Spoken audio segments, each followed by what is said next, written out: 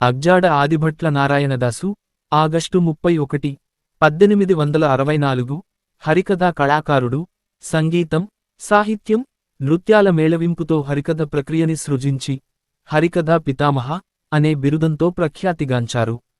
సంస్కృతాంధ్రాలలో అనేక రచనలు చేసిన రచయిత, కవి, బహుభాషా కోవిదుడు, తాత్వికుడు. తెలుగునాటనే కాక ఇతర రాష్ట్రాలలో కూడా హరికథా ప్రదర్శనలిచ్చి, ప్రజల మన్ననలను పొందిన కళాకారుడాయన.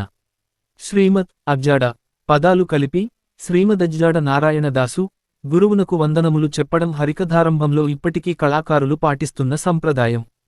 1864 ఆగస్టు 31న ఇప్పటి విజయనగరం జిల్లా బొబ్బిలి వద్ద, ప్రస్తుతం బలిజిపేట మండలంలో ఉన్న అగ్జాడ గ్రామంలో లక్ష్మీ నరసమాంబ, వెంకటచయనులు దంపతులకు జన్మించాడు.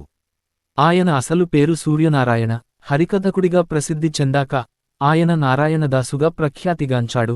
పేదరికం కారణంగా చిన్నతనంలో బడికి వెళ్లలేకపోయినా పద్యాలు, శ్లోకాలు విని కంటతా పట్టి తిరిగి వల్లించేవాడు. కేవలం 5ఏళ్ల చిరు ప్రాయంలోనే భాగవతంలోని పద్యాలు ఎన్నో చెప్పేవాడట. ఒకసారి వారి అమ్మగారు పిల్లవాడిని ఏదో పుణ్యక్షేత్రానికి తీసుకువెళ్ళిందట. అక్కడ పుస్తకాల కొట్టులో భాగవతం చూసి, బాలదాసు, అది కావాలి అని మారాం చేస్తుంటే, ఆ కొట్టు యజమాని, భాగవతం నీకేమి అర్థమవుతుంది అన్నాడట. అంతే ఆ కుర్రవాడు ఆపకుండా భాగవతంలోని పద్యాలు గడగడా చెప్పేశాడట. అది చూసి ఆ కొట్టు యజమాని ఆనందంగా పిల్లవానికి ఆ పుస్తకంతో పాటు కొంత దక్షిణ కూడా ఇచ్చి పంపించాడుట. ఇది ఇలా ఉండగా ఒకసారి దాసు వాళ్ల తాతగారింటికి వెళ్లడం జరిగింది.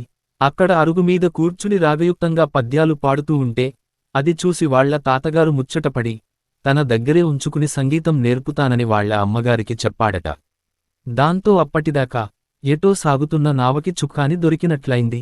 ఒక ప్రక్క సంగీత సాధన, ఇంకో ప్రక్క విద్యాభ్యాసం, ఇలా రెంటిని అతను ఎంతో నేర్పుగా సంభాళించగలిగాడు చిన్న వయసులోనే. తన 14 ఏట 1వ తరగతిలో చేరాడు.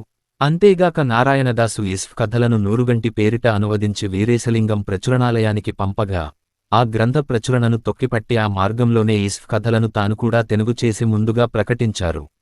అది విద్యార్థులకు పాఠ్యగ్రంథమైంది. తర్వాతే నూరుగంటి వెలుగు చూసింది. పాండిత్య ప్రకర్ష తెలుగు, సంస్కృతం, తమిళం, హిందీ, బెంగాలీ, ఉర్దూ, ఆంగ్లం, అరబ్బీ, పారసీకం భాషలలో ఆయన ప్రావీణ్యం సంపాదించాడు. అష్టావధానాలు చేసేవాడు. అచ్చతెలుగులోనూ, సంస్కృతంలోనూ, సంస్కృత భూయిష్టమైన తెలుగులోనూ కూడా వివిధ విషయాలపై శతాధిక గ్రంథాలు రచించిన మహాపండితుడు. అంతకు ముందు తెలుగులో ఉమర్ ఖయ్యాం రుబాయితులను వ్రాసినవారు ఎక్కువగా ఎడ్వర్డ్ ఫిట్జిరాల్డ్ రచించిన ఆంగ్ల రచననే మూలంగా తీసుకొన్నారు. అలా చేయడం వలన మూలగ్రంథాలలోని విషయానికి సరిగా చూపడం కుదరలేదని తలచాడు ఆదిభట్ల నారాయణదాసు. ఈ విషయానికి రుజువు చేయడానికి ఆయన పారసీక భాషలోని మూల గ్రంథం కవితలను, ఫిట్జిరాల్డ్ ఆంగ్లానువాదాన్ని కూడా అచ్చ తెలుగులోకి, సంస్కృతంలోకి వేరువేరు ఛందస్సులలో అనువదించాడు. 1932లో వెలువడిన ఈ రచన పాండిత్యానికి పరాకాష్ఠగా ఆనాటి సాహితీకారులచే మన్నింపబడింది. మరొక గొప్ప రచన 1922లో ప్రచురితమైన నవరస తరంగిణి. ఇందులో సంస్కృత మహాకవి, నాటకకర్త కాళిదాసు రచనల నుండి, ఆంగ్ల భాషలో ప్రసిద్ధ నాటక రచయిత షేక్స్పియర్ రచనల నుండి నవరసాలను వర్ణించే ఖండికలను తెలుగులోకి అనువదించి చూపాడు. కాని ఆయన రచనలలో ఉద్గ్రంథంగా చెప్పబడేది జగజ్యోతి అనే తాత్విక రచన. వివిధ భారతీయ తాత్వికుల సిద్ధాంతాలను, దృక్పథాలను ఈ గ్రంథంలో వివరించాడు. నాస్తిక వాదాలు కూడా విస్తృతంగా చర్చింపబడ్డాయి. నారాయణదాసు సంస్కృత రచనలలో ముఖ్యమైనవి 3 హరికథల కూర్పు హరికథామృతం, స్వతంత్ర రచన తారకం, 2 శతకాలు రామచంద్ర శతకం, కాశీ శతకం. దశవిధ రాగ నవతి కుసుమ మంజరి అనే పాటలో మంజరీ వృత్తంలో 90 రాగాలు కూర్చాడు. అంతవరకు ఎవరూ సాహసించని ఈ ప్రక్రియ సంగీతంలోనూ, కవితలోనూ నారాయణదాసుకు ఉన్న ప్రతిభకు తార్కాణం. రుక్సంగ్రహం అనే బృహత్తర కావ్యంలో ఈయన ఋగ్వేదములోని 300 పైచిలుకు రుక్కులకు సంగీతాన్ని సమకూర్చి, వాటిని వీణమీద వాయించడం విద్యార్థులకు నేర్పాడు. ఆ రుక్కులను తెలుగులో గీతాలుగా అనువదించాడు. నారాయణదాసు సంగీత ప్రతిభ ఆయన సాహితీ ప్రకర్షకు సమస్థాయిలో పరిమళించింది. ఆనాటి సంగీత విద్వాంసులు ఆయనను లయబ్రహ్మ అని, పంచముఖి పరమేశ్వర అని సన్మానించారు.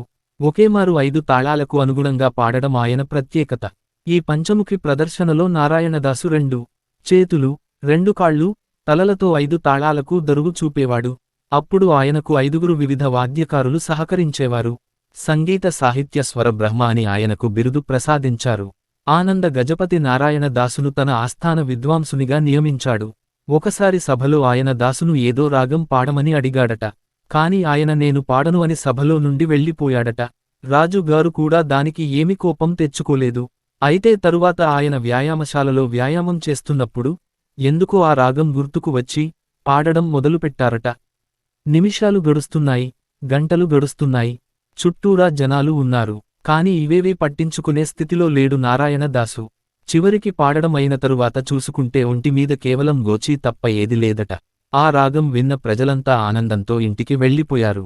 వెళ్ళిపోయిన ఆ జనంలో ఆనంద గజపతి రాజు కూడా ఉన్నాడట.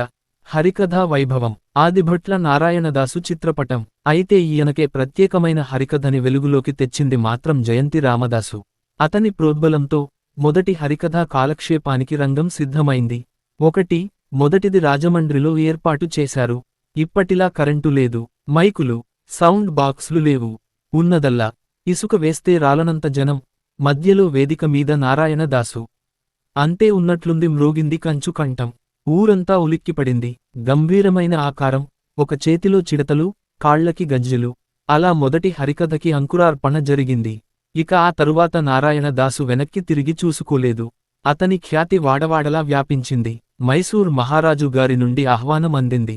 మైసూర్ రాజా హరికథకి ముగ్ధుడైపోయాడు. దీనితో పాటు వీణాగానం కూడా అడిగి మరీ విన్నాడు. పెద్ద ఎత్తున బహుమతులు సమర్పించాడు. కవిత్వం, సంగీతం, నాట్యమనే 3 రంగాలలోనూ తనకున్న ప్రతిభను జోడించి నారాయణదాసు హరికథ అనే కళను అత్యున్నత శిఖరాలకు కొనిపోయాడు. ఈ మూడింటి కలయికకు భక్తి అనే భావం ప్రాణంగా హరికథలు రచించాడు, చెప్పాడు, నేర్పాడు. ఆయన హరికథ వినడం ఒక గొప్ప అనుభూతిగా అప్పటివారు చెప్పుకునేవారు. మొత్తం ఆయన తెలుగులో 17, సంస్కృతంలో 3, అచ్చతెలుగులో 1 హరికథలను రచించాడు. కొన్నిమార్లు ఒక్కొక్క వర్ణన 4-5 పేజీల నిడివి వరకు సాగేవి. ఒకమారు నారాయణదాసు కలకత్తాలో శ్రీకృష్ణ జన్మ హరికథను సంస్కృతంలో గానం చేసి హిందీలో భావాన్ని వివరించాడు. 1919లో అప్పటి విజయనగరం మహారాజు స్థాపించిన శ్రీ విజయరామ గాన పాఠశాలకు మొదటి ప్రధానాధ్యాపకునిగా నారాయణదాసును నియమించారు. ప్రసిద్ధ వయోలిన్ విద్వాంసుడు ద్వారం వెంకటస్వామి నాయుడు ఈయనకు సహాధ్యాపకునిగా ఉన్నాడు. ఎందరో ప్రముఖ కళాకారులు ఈ విద్యాసంస్థ నుండి ఆంధ్రదేశానికి లభించారు. వారిలో ఘంటసాల వెంకటేశ్వరరావు ఒకడు. నారాయణదాసు ఆధ్వర్యంలో నడిచే పాఠశాలలో చదువుకున్నామని చెప్పుకోవడం అప్పట్లో ప్రతిష్టాత్మకంగా భావించేవారు. నారాయణదాసు హిందూస్థానీ భైరవి రాగాలాపనను గురుదేవులు రవీంద్రనాథ ఠాగూరు ఎంతగానో ప్రశంసించాడు. ఈ విజయనగరం కళాశాల పాఠ్యాంశాలు శాంతినికేతన్లో ప్రవేశపెట్టబడ్డాయి. ఈయన సకల కళా నైపుణ్యానికి ముచ్చటపడిన బ్రిటిష్ వారు ఆయనను నోబుల్ పురస్కారానికి నామినేట్ చేద్దామనుకున్నారట. కాని నారాయణదాసు ఒప్పుకోలేదట. తన జీవితం మొత్తం తాను జన్మించిన తెలుగుగడ్డకి తన వంతు సేవ చేసి 1945 జనవరి 2వ తేదీన మరణించాడు.